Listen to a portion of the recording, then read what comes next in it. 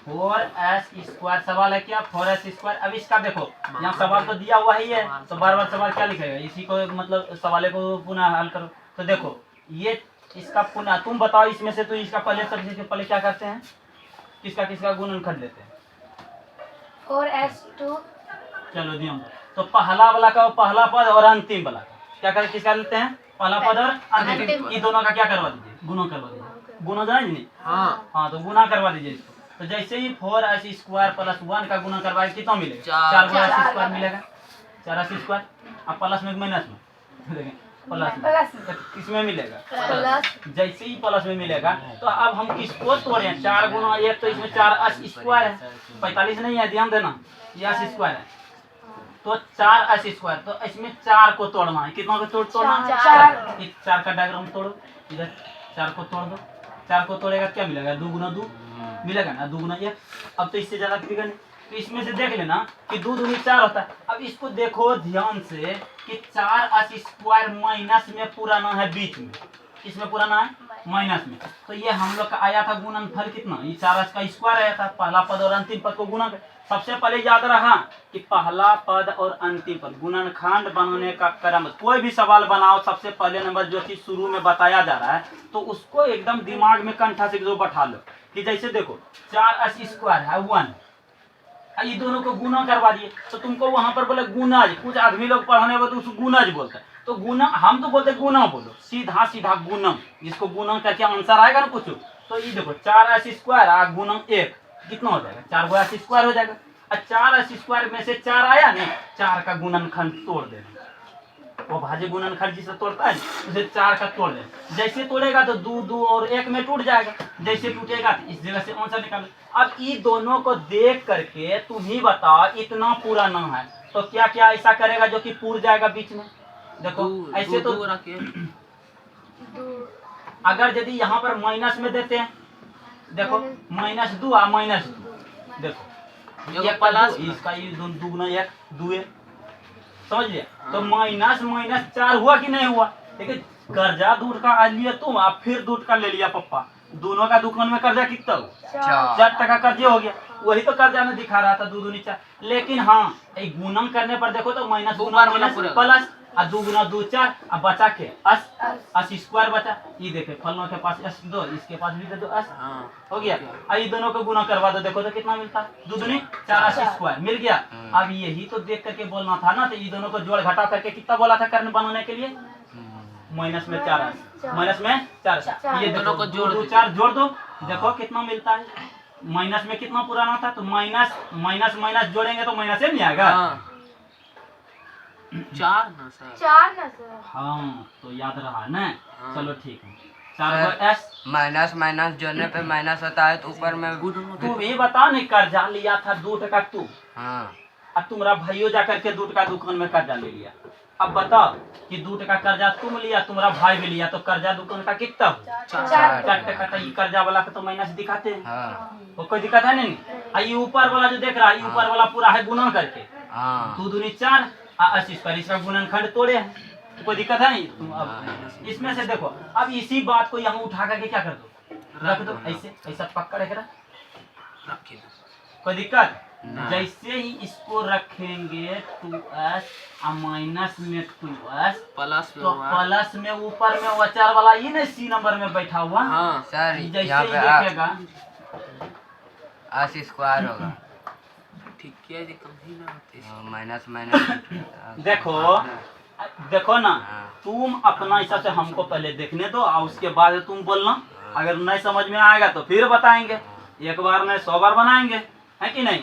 इससे क्या दिक्कत, सवाल जब तुमको हम बता रहे इसमें से जो समझ में नहीं आएगा हम तुमको बोल रहे हैं कि इसको पूरा कर दो। देखो ना 2 दूनी 4 s गुना s² पूरा हो गया ना, यही तो लाए थे ना पहला पद और अंतिम पद का गुणनफल, गुना कर दिए तो आया था, वो पूरा भी वो कर दिए। अब बोला था इसको जोड़ घटा करके इसका जो गुणनफल होगा उसको जोड़ घटा करके क्या करवा दीजिए, बीच वाला को पूरा कर दीजिए, पूरा कर दिए। देखो दोनों को जोड़ो, देखो क्या कितना आता है, 2 और 2 कर्जा जोड़ेगा तो 2 दूनी 4 हो जाएगा, और जैसे s गुना s और s जोड़ेगा तो ऐसे रहेगा, और minus minus plus, minus minus जोड़ेंगे तो माइनस में रहेगा लेकिन कि प्लस होकर के रहेगा, देखो जैसे देखो कर्जा कर्जा जूट गया, जूटा लेकिन उन्हें की प्लस में चेंज हो जाएगा, चिन्ह चिन्ह चेंज नहीं होता है। अब इस तरह से इसको हल कर देंगे। जैसे हल करेगा तो यहाँ देखो हल करो तो ये दो ठो कर्जा में कॉमन कर सकते हैं ना, इसका कॉमन कर दो तो इसके पास क्या है, दो भी है, दो गुना दो तो है ना, इसके पास दो भी है और एस भी है। देखो एस और एस स्क्वायर, इसके पास दो गो एस है और इसके पास दो और एस एगो है। तो एक ठो एस इससे एक ठो एस इससे ले, तो दोनों से बाहर कर दो एक ठो एस तो बाहर हो गया। तो इसके बाद इसके पास देखो दो भी है, दो गुना दो, इसके पास भी दो है, एक का दो भी बाहर कर दो, याद रहा। तो इससे दो निकाल लिए, एस निकाल लिए, तो बचा देखो इससे दो को एस पकड़ के बाहर कर दिया, तो बचा इसके पास कौन, एक, क्या बचा एक। तो यहाँ पर एक ठो एस बचा हुआ अंदर में और एक ठो बचा माइनस में एक, एस माइनस एक एस बचा। यहाँ पर देखो तो इसके पास से दो निकाले थे, इसके पास कितना निकाले थे, दो एन निकाले, तो इससे दो को ऐसे नहीं बचा, कितना बच गया, दो घर। तो इस तरह से अब देखो अब पूरा करो, देखना ऊपर वाला पूरा हो जाएगा, दो दूनी चार, एस गुना एस करेंगे तो एस का स्क्वायर, अब माइनस माइनस, अब फिर टू एस गुना वन करेंगे, दो एस पूरा जाएगा माइनस में, पूरा की नहीं। अब इसके बाद ये दो का तो कॉमन हो गया, ये दो का माइनस में कॉमन लेना है। देखो इसके पास देखो माइनस है नहीं है, तो माइनस नहीं है कि प्लस तो है ना रे, हाँ। इसके पास देखो एस है, इसके पास एस है नहीं है,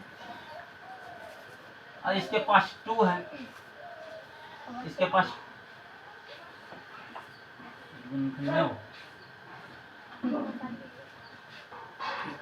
देखो अगर यदि इससे पकड़ करके बाहर कर लेते हैं, जैसे इसके पास देखो दो एस है और इसके पास प्लस वन है,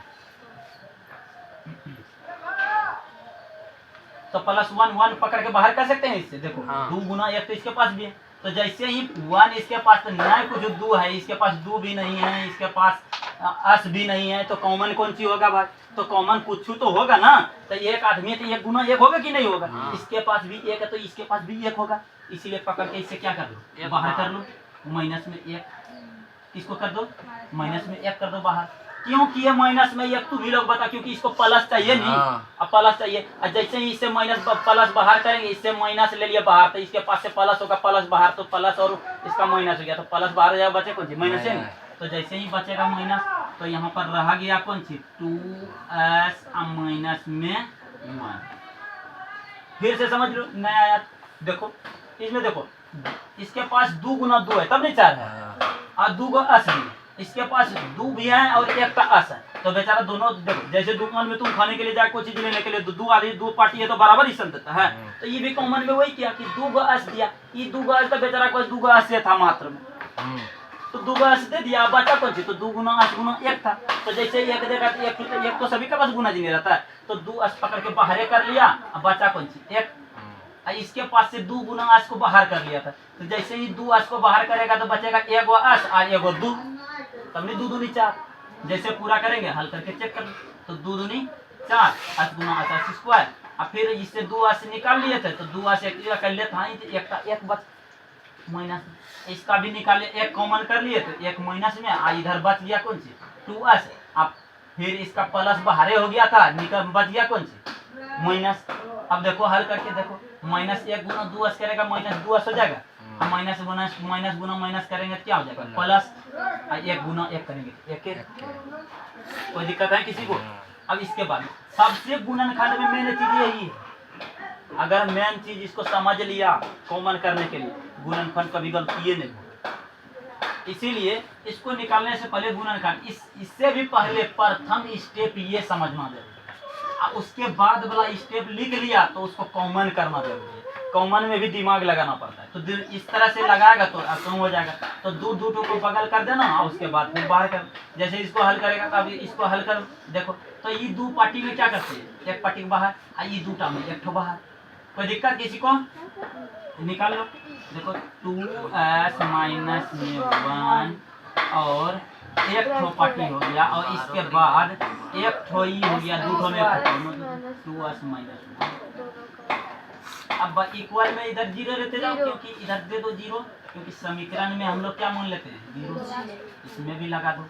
तो इसको लगाने के बाद अब बांट दो दोनों को बांटेगा तो हो जाएगा 2s - 1 बराबर में जीरो। आई है 2s - 1 बराबर में जीरो। दो इसका निकालेगा तो बराबर के बाहर भेजेंगे, माइनस से आदमी को किस में चल जाएगा, कोई भी संख्या को माइनस में रखने, माइनस वाला को बाहर भेजते हैं। तो इसमें देखो कोई आधा और भी चीज सोच सकते हैं, -1 को ही क्यों भेजेंगे, s को क्यों नहीं भेजेंगे सर, s को रखेंगे चार राशि है ना, वो चार वाला को पहले रखेंगे, वो चार वाला को बाहर भेज देंगे। जैसे ही -1 वाला को बाहर भेजेंगे तो माइनस से किस में चल जाएगा, प्लस। और यहाँ फिर s रहे, s को रख लो, चार वाला को, चार वाला क्या कर दो, बाहर भेज दो। तो चार इसमें कौन है, s है कि 2 है, 2 है, 2 को पकड़ के क्या कर दो, बाहर कर दो। तो पहले से बैठा हुआ कौन था, 1, अब बाद में कौन आ गया, 2। अब इसको हल कर दो, इसको बराबर थोड़ा सा सुंदर से देना। तो जैसे ही लिखेगा तो s बराबर वैल्यू तो हो गया। अब इसका निकल गया s का मान, इसी को हम लोग बाद में अल्फा मान लेते हैं। क्या बोलते हैं, अल्फा। अल्फा बराबर कितना हो गया, 1/2। इसी तरह इसको भी हल करते हैं। तो 2s रख लेना, बराबर में भेज देना -1, तो ये बन जाएगा प्लस। तो s बराबर रख लेना 1/2 कितना हो जाएगा, 2। और बीटा बराबर, इसको बीटा नाम रख देना, बीटा बराबर 1/2। ये पहला शून्य को क्या, ये दूसरा शून्य। अब बहुत जगह ऐसा लिखना भी नहीं पड़ेगा, नहीं हो लिखेगा तब ये मान लेगा कि पहला शून्य है, दूसरा शून्य है। ठीक ठीक, तो इसको हम लोग लिख लेते हैं थोड़ा सा अच्छा लगने के लिए। द्विघात बहुपद, द्विघात बहुपद का पहला, कौन सी लिखेंगे, पहला शून्यंक, शून्यंक में तालब 16।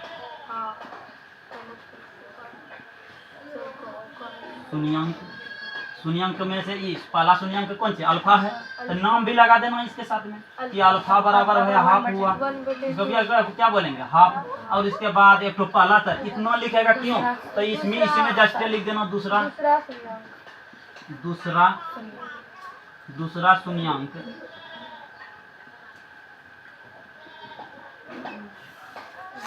दूसरा शून्यंक बीटा बराबर 1/2।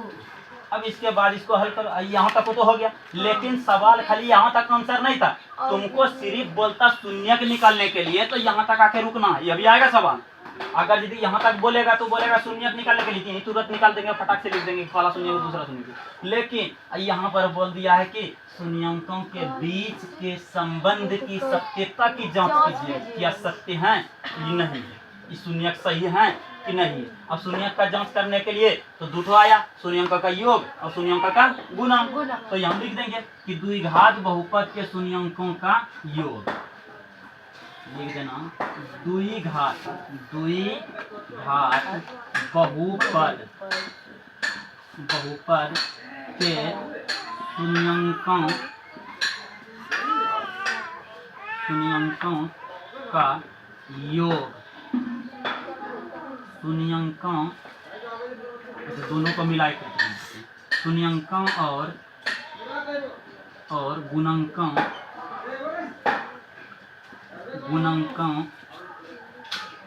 के बीच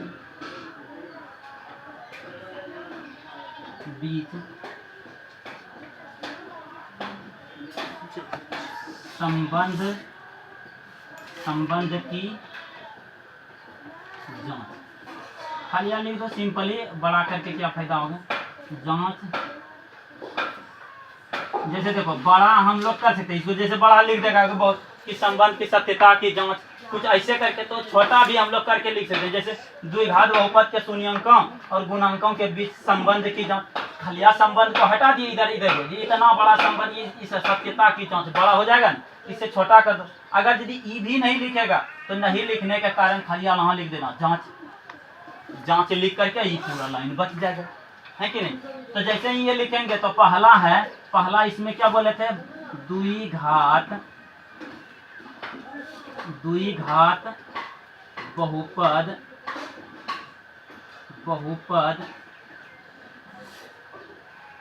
के शून्यंकों का योग, शून्यंकों का क्या बोले थे योग। इसका सूत्र क्या बताए। अब देखो हरदम हरदम नहीं लिखना है वो सूत्र, बड़ा वाला जो सूत्र था नहीं हिंदी में लिखे थे उसको नहीं लिखना, इससे छोटा हो जाएगा थोड़ा सा। अब डायरेक्ट लिखना है। शून्यंकों का योग क्या होता है, अल्फा प्लस बीटा। छोटा कर दिए थोड़ा सा। अल्फा प्लस बीटा बराबर क्या होता है, माइनस बी बाय ए। देखा इस तरह से एक लाइन अब छूटा ना उधर छोड़े, क्यों, क्योंकि हरदम हरदम हिंदी कितना लिखेंगे, नहीं लिखेंगे। अब इसको ये शुद्ध ये है तो इसी को लिख देंगे जानते हैं। इसके बाद जैसे ही इसको छोटा करेंगे तो अल्फा और बीटा का मान वैल्यू निकाल के रखे हैं, बोलो तो कितना है 1/2। अब प्लस में 1/2। इधर हो गया इसका। अब इसको हल करें तो इधर माइनस बी। तुम लोग को पता है इसमें से, इसको भी बताए थे कि इसका व्यापक रूप से हम लोग देख लेते हैं। इसका व्यापक रूप जो है नहीं, जो जानता होगा इसको निकालने में सक्षम हो जाएगा। जैसे ए अक्ष स्क्वायर होता है और प्लस में होता है बी अक्ष और प्लस में होता है सी। तो तुम लोग देखेगा कि ए अक्ष स्क्वायर के जगह पे ए के जगह पे कौन है, ये 4 है। अब बी के जगह पे ये है माइनस में 4 और सी के जगह पे कौन है 1। तो इसी तरह से हम लोग देख लेंगे। जैसे ही बी होगा बी का वैल्यू आएगा, बी के जगह पे कौन है देखो -4 है, तो फटाक से पकड़ेंगे। या माइनस पहले से यहाँ बैठा हुआ था, ये बैठा हुआ था कि नहीं, देखो माइनस यहाँ सूत्र से। अब बी का मान है -4, कितना है -4। जो ब्रैकेट से घेर देना, क्योंकि एक ही जगह 2 चिन्ह साथे साथे नहीं रहता है इसीलिए। अब ए का मान कितना है, ए का मान कितना है 4। क्योंकि उस बार देखो इसके पहले सवाल में था कुछ नहीं था तो क्या था 1 था, लेकिन यहाँ बेचारा 4 तो है बैठा हुआ, इसलिए कोई दिक्कत नहीं है। यहाँ पर कितना रख देंगे ए के जगह पे 4। अब जैसे हल करेंगे इसमें से देखो इसका हाफ अब तुम ही लोग बताओ, आधा आधा जोड़ेगा कितना बनेगा 1। ऐसे जो अगर भिन्न का जोड़ बनाएगा तो जोड़ भी बना देगा, लेकिन तुम लोग सोचो आधा आधा कितना होगा 1 होगा। इसे एक डायरेक्ट भी लिख सकते हैं, नहीं लिखेगा तो भिन्न का जोड़ निकाल करके बनाओ।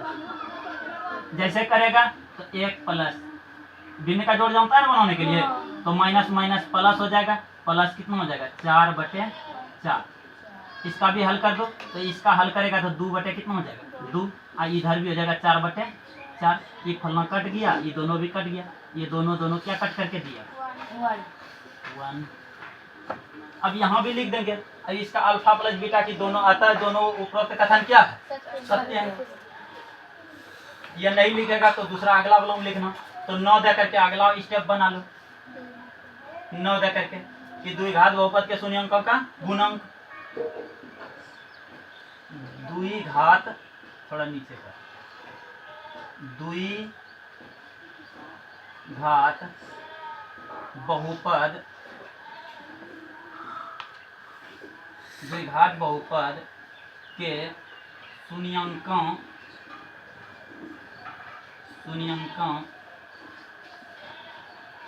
का क्या निकाले थे गुणांक। क्या निकाले थे, इसको गुणनफल भी बोलते हैं, कभी कभी इसको क्या बोलते हैं गुणांक बोलो या तो गुणनफल। गौरसू का नो गुणन या गुणांक डायरेक्ट लिखो, अच्छा लगता है सुनने में। गुणांक इतना सा दे करके इसको हटा देना। इस तरह से हम लोग तीर का निशान ये हाइफन दे करके छोड़ देंगे ताकि इसका पता भी चलेगा। तो अल्फा इंटू बीटा होता है, इसका क्या होता है अल्फा इंटू बीटा। द्विघात बहुपद के शून्यंकों का गुणांक क्या होता है अल्फा इंटू बीटा। अब बराबर में क्या होता है C/A।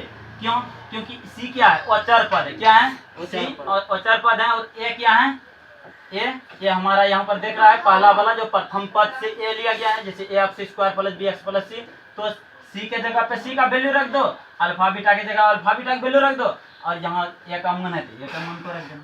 जैसे अल्फा इंटू बीटा, अल्फा का मान कितना है हाफ, और बीटा का भी मान कितना है हाफ, और इधर हो गया C का मान कितना 1, और A का मान कितना 4। A का मान 4 है तो 4 लिख देंगे। अब देखो इसको हल करो। हल करेगा देखो 1 गुना 1 करेगा क्या मिलेगा, 1 गुना 1 करेगा तो 1 मिलेगा, और नीचे 2 गुना 2 करेंगे तो 4। अब बराबर में बच जाएगा 1/4 जो है पहले से ही। कोई दिक्कत है। अब दोनों क्या हो गया बराबर हुआ कि नहीं हुआ। अब कटा छटा नहीं जो कटा गया तो यही देखा देंगे कि बराबर LHS बराबर क्या है RHS, या बोलेंगे दोनों पक्ष क्या है बराबर है। इसलिए उपरोक्त कथन क्या है सत्य है। तो लिख देंगे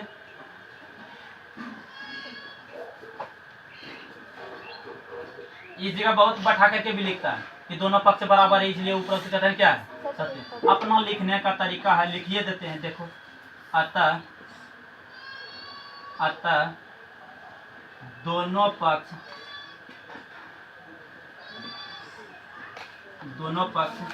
बराबर हैं, इसलिए दोनों पक्ष बराबर हैं, इसलिए उपरोक्त कथन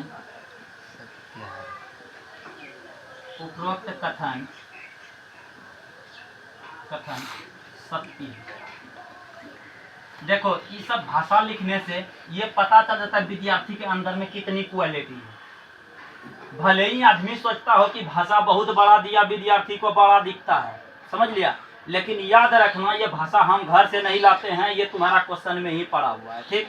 इसीलिए ध्यान देना, जो विद्यार्थी दिमाग लगाएगा, जो तनिटा भी दिमाग लगाएगा, भाषा पूरा लिखेगा, और भाषा जब तुम भर देगा सही से, तो बनाने वाला जो सहने वाला जो एग्जामिनर होता है उसको पूरा तरह से पता है कि भाषा वो जान रहा है लिखने के लिए, तो वो आदमी से सवाल भी बनता होगा, इसीलिए वो अच्छा तरीके से जान रहा है। उपरोक्त कथन सत्य है, इसको लिख दो, पूरा सवाल हो गया।